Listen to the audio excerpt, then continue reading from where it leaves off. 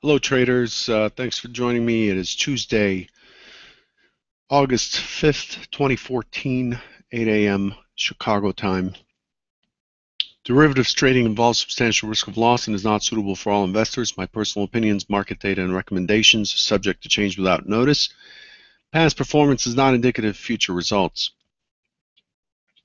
A quick rundown of the news. The overnight news. European equities regain some poise on strong earnings from Crédit Agricole, BMW, Deutsche Post, and Standard Life. The Euro-US pair breaks back below 134 with final services PMI in Eurozone disappointing. UK services PMI spikes to 8-month highs, and that lifted the British pound. The Reserve Bank of Australia left rates unchanged at 2.5% as expected. It repeats a period of rate stability is likely. Eurozone June retail sales beats year-on-year 2.4%, huge beat versus 1.4% consensus. Misses month-on-month 0.4% versus 0.5% consensus. Fed survey shows that banks have relaxed their mortgage standards for the first time since the housing crash in the 3 months to July. China July HSBC PMI services fell to 50.0 from 53.1 prior. Israel and Hamas agreed to a 72-hour ceasefire proposed by Egypt, officially started at 6 a.m. British time. Russia increases troops near Ukraine border to 33,000 and 160 tanks. It looks like this Ukraine issue is coming to the front burner. Ukraine defense minister confident the victory over pro-Russian separatists is close. So this is continues to be a proxy war between the Ukraine and Russia. It looks, I read that the Ukraine is looking to move into the separatist-held areas and to try to regain them. A new conflict, Armenian defense minister says he does not see imminent risk of war with Azerbaijan, but I know there have been tiffs back and forth between those two, so this could be a new area of conflict. Looking at the day ahead, at 8:45 Central, PMI services final expecting 60.8%. At 9 a.m. Central, we're looking for factory orders at 0.6%. We're also looking for ISM non-manufacturing at 56.5. That's a half hour after the open. At 10:30, 4-week bills for 40 billion. 4-week bills for 40 billion. That's just today's POMO. And then Disney reports after market close, expected at 1.16. Let's take a quick look at where we are when it comes to the market action. Sorry, I'm working on off of a laptop, and it's a little tricky rather than having all of my monitors. Okay, so yesterday played out according to our primary hypothesis. Our primary hypothesis was for the market to open, to have an open auction in range in the heavy part of Friday's profile, and then the expectation was for the market to fall to 1675, which is value low, and also also a level from a bit ago, right here at 1675. The market actually opened at 23, pushed to 24 initially, down to 2075, and then put in an opening swing high at 24.25 before returning to the open. And then after putzing around in the middle for a while, it pushed to 25.75, and then it finally sold off to 14.75, which is 2 points through where was expected. We did anticipate the drop to at least 18.25. Again, looked for 16.75 as the primary test area. It went to 14.75, found buyers, That was a successful test for buyers, found buyers back up into the opening swing and the initial balance. The initial balance is these white lines, and then it just sat sideways for most of the morning until it broke higher as anticipated. It initially tested value high from Friday right here. This is Friday's profile. Value highs 18.25 went to 18.75, puts in a tiny zipper here as it consolidates and regains more energy, and then finally breaks through to our to just one tick of our target of 1375. If you watched yesterday's video, you would have noticed that this level was already here at 1375, which represents a the initial composite LVN in this area, and also the high volume node before the point of control moved down on Thursday. So that's the next high the next high volume area that we left behind from the most recent auction in these price ranges on Thursday. So very methodical market, and so we completed this test, a big rotation up on the 15-minute, strong rotations on the shorter term chart. As you can see here, once we moved out of this consolidation, 5 points, pulls back 2.5 points, 6.25 to 2, 7 to 175, 3.5, and then finally finishes up with exhaustion at 1375 or 3750. Note again, I brought this up yesterday. It's been going on for weeks now. Note again the strength of the selling on the close. You have a delta peaking at 29,447 and finishing down negative 14,000.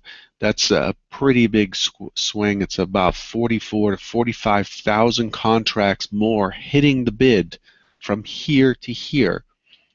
Again, 45,000 contracts more hitting the bid than lifting the offer from 3750 down to the close at 32. What is it? 32 even. Okay, so we keep doing this strong selling on the close. It's very interesting to watch. Not sure what to make of it, but that's what we did yesterday. That's what we did yesterday, and a quick look at the overall picture. This is 120 minutes, all sessions. Note from the low, the most recent low here, or what the key low in this area was from April 13, 2014, and the delta at this point was about was at about negative 529,000 from the point of starting this chart, which was last October, and prices have since that low, which was around 1800, 1796, we have gone up to 1985. So we've pushed approximately 200 points up, and the delta has just done nothing but go sideways while the market's moving up, or go straight down. Pardon me 1 second.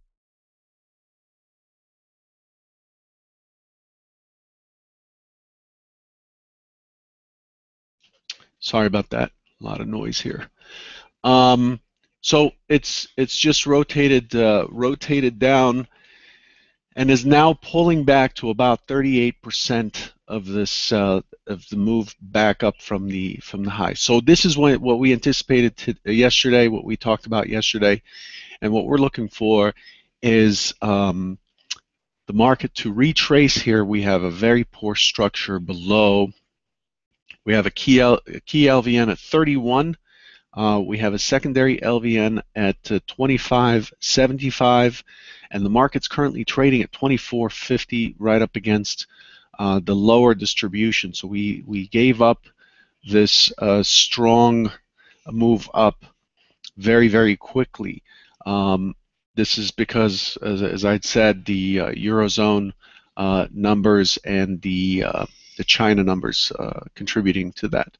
So It's got an area to base here. The low was put in overnight right below the point of control yesterday before it shifted up on the close, and the market is back into the balance that we had from Friday and most of yesterday, and that's where we're opening today. So it's the anticipated action is for it to do what it did yesterday. It played out almost perfectly. But the expectation is for it to pull back today somewhere to these LVNs, which it has already pushed through, to pull back to this area and continue higher towards 1945 is what I was looking for. 1945 for the next leg down. And I anticipate the test of the 1905, 1908 LVN zone right here. This LVN zone, and I discussed this on daytradingradio.com yesterday. And then we have a gap zone that's still open from May 27th that has not been tested. I expect that those will be tested on this round of retracement. So I'm looking at this as I'm looking at the current pullback. I guess to summarize, I'm looking at the current this big pullback. This sell-off to be a pullback on the longer-term trend for further highs, but I'm looking at this rally, the short-term rally that occurred yesterday, as a pullback from the high for further lows. So shorter term, I'm looking lower, and longer term, I'm looking for this to be advertising to lower prices to bring in buyers. And the anticipated key area below to find those buyers would be in this high volume node area. So if we break through the gap zone here from 97.75 to 1891.25 and start climbing through 82, then we expect 57.50 with a pretty decent probability of the next test. That's sort of a swing trade. If it gets down to the gap zone and gets through into it, but then holds and starts to move up and breaks through the last, breaks into the last low, then I anticipate that the sell-off is done, depending on the vigor with which buyers step in. Remember, the market's a mechanism to find the maximum number of buyers and sellers at all prices. So the market will test as high as it needs to bring sellers in to meet the buyers' demand, and the market will test as low as it needs to bring buyers in to meet seller demand. So this is what we've done here. We've pushed low enough to 1910 to find buyers. We've retested, and now we've pushed higher. But the new information coming in is causing the market to ease up a little bit, and is bringing us back to 1924. The day type yesterday is a neutral extreme, is considered a neutral extreme. We've broken the IB low for that test of 1475, and we're breaking the IB high, and then we finished in the upper quarter of this profile in an upper distribution of the profile that qualifies as neutral extreme. Neutral extreme days generally have a brief pullback and then a continued push high. Neutral extreme shows that the market went low enough to broke through the IB low and went low enough to find buyers, and then ended up closing on the other extreme. It's very bullish. But then again, on neutral extreme, we do not expect the market to open in the lower distribution like it's doing today. So it's canceling out some of that effect. We'll see if buyers are still interested when we open today. We're still getting that selling effect on the close, and we're having a tendency to open, push immediately up, and then go to selling more vigorously early on before finding buyers. That's been the MO since the 24th of July or so. Take a peek at my notes again. 1 second. Again, I'm not using 6 screens, so I can't glance over. I have to keep closing and opening things. Just making sure I mentioned everything there is. Neutral extremes. Seems like a weak structure below, anticipating selling overnight, which we got. 1922.25 is the overnight low. I anticipated selling down to 1929, possibly 1928, which is the mid swing of this this push from 1850 to 3750, but we pushed a little bit deeper than that. Again, new key LVNs right here at 31 and down at 25, 26. You might want to mark those. Note that the point of control has shifted up.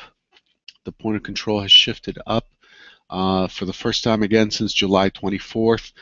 We have a higher high, higher low. So that's what we've done. Let's look at real quick what we did overnight. Overnight, it opened. It was unable to test and hold above the yesterday's session close. And so it tried several times, and then with the PMI, with the Eurozone PMI number release and retail release and so on, it just from about 4 a.m.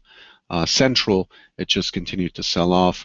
We have what looks like a very stocky profile. There's a lot of balance in the middle. Brings us back to that 28. If you recall, the 28 is where we anticipated the market to pull back to. Right here, it's the mid. It says 50% here. It's mid of the impulsive swing higher. We have an LVN, and that's the mid of the overnight session. Coincidentally, overnight inventory short against yesterday's high volume node. So I would expect that the market will probably chop around in here for a little bit before it tries to push through 28. If 28 gets taken, then the market is likely to resume an attack on that high volume area left behind yesterday, and the target from 28 would be 3350. Okay. So that's what I'm looking for today. I wanted to show you again the market profile chart. I had to switch to a laptop that has Windows 8, which is, I'm sorry to say, is awful. It's just not, I don't find it user-friendly at all. So here's August. So remember yesterday I said the July balance was up high, and July ended up selling off into the last day. August opened a little bit higher and has been on the tail end of July, and I talked about anticipating a test back up to the 1945 single print here for the month, and this thin zone before sellers will likely step in and take it back down. Yesterday we repaired just a tiny bit of that damage, but there's still some room above, some room to work above. So I think that this is still the hypothesis that the market's likely to push through to 1945 before it finds sellers again, and then it's likely to target the gap, unless of course the anticipation of value changes. But that's what I'm still looking for. Again, this morning, it's opening in the lower distribution right here. Right now, it's opening. Actually, it's trading right against the key LVN, the second key LVN for the day. And what I'm looking for is for the market to chop around on the open, try higher, push lower, find buyers, and then attempt to close the point of control at 3350. I don't think the buying is done all in one shot yesterday. I think we'll see some more today. That's my primary hypothesis. However, I'm prepared to see this market try to go higher, maybe push to 28. Remember, 28 is the dividing line on the overnight session. It's the mid of the session, plus it's an LVN for the overnight LVN. It's very possible that the market will try to 1928, push to 1929, and then find sellers at those prices back to 23.25, and then back again to 1675. So those are two key scenarios I'm looking for, and we'll see which one plays out. I'll leave you with those thoughts. Again, just we can never predict. Nobody knows what the market is going to do for real. Nobody knows what the outcome of the very next trade is going to be. So the only control that we have, the only thing we have dominion over that we can do something about is how much we're willing to risk and actually taking the loss when it shows up. So you create a plan, you look for which way the market wants to play on that plan, and then you start stalking. As your job as a trader, it's to start stalking for areas that you can get in where you're more likely to get a scale out or a target than a stop out. In other words, it's you don't want to fade a big selling market if you anticipated that there'll be buyers. It does not make it so that the market has to do what you say. It never does. You just have to wait for it to decide what it wants to do and then align yourself with it. Think of surfing, like off the coast of Hawaii. Think of surfing. That's what trading is. It's just like surfing. You're waiting. You're anticipating what the weather's going to be like. You're anticipating the waves, and then your job is to just sit there and paddle around until the wave actually happens, and then you hop on. Unless, of course, you have very, very deep pockets, in which case you can create the wave. But I doubt anyone listening to me is in that category. Anyway, thanks for coming on, and thanks for listening in, and good luck today. Take care.